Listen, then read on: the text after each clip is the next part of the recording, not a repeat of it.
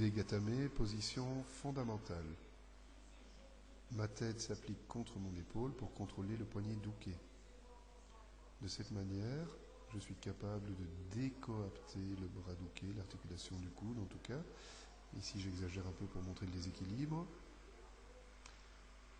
Ensuite, évidemment, il y a le contrôle du coude du partenaire. Je viens littéralement empaumer son olecrâne. La pointe de son coude doit être dans la paume de ma main. J'oriente son coude.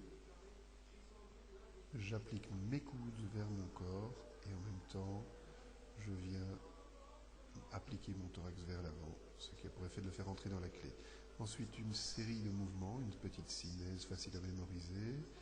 Ok, pouce dans le col, j'applique directement la clé. Je renforce ensuite avec la jambe. Je tombe sur le genou.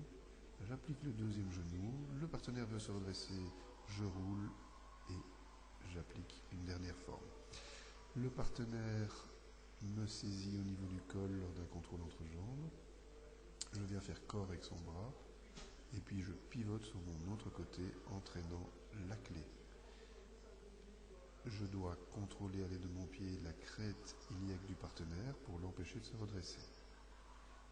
Si mon contrôle est imparfait, comme ici, il a tout loisir de ramener ses genoux, de se redresser, et il devient alors pour moi très difficile de contrôler la clé. Donc, bien s'appliquer sur la crête iliaque, et ici, il n'a pas la possibilité de se redresser.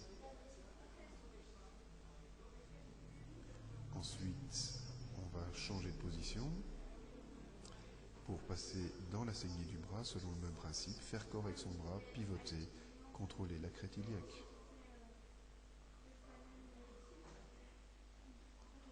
Sur Yokoshi Gatame, tentative d'éloignement du partenaire, passer la jambe autour de sa tête et comme son bras se trouve tendu, application d'Ude Gatame.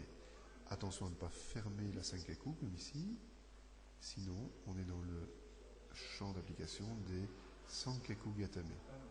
Donc seulement la jambe, pivoter un peu sur le côté, appliquer sa clé. Au départ d'une Juji, on tente de décrocher le bras et on voit qu'en se rapprochant du partenaire, l'autre bras ne demande qu'à être saisi. Donc on tire, on se baisse bien, tirer sur le coude, le bras du partenaire jaillit littéralement sur mon épaule. J'applique Ude Gatame. Ici Bruno donc travaille un peu plus le contrôle avec la tête. Et enfin deux formes debout, toujours rester bien en face d'Uke. Ça c'était quand il saisit au-dessus, mais il peut également venir saisir par en dessous, comme pour un Ogoshi ou un Kigoshi. Et là on travaille dans la saignée du bras. Idéalement en forme debout. Maintenant parfois Uke perd l'équilibre, alors on ne doit pas paniquer et on doit assurer son contrôle jusqu'au bout. Mais il vaut mieux travailler debout.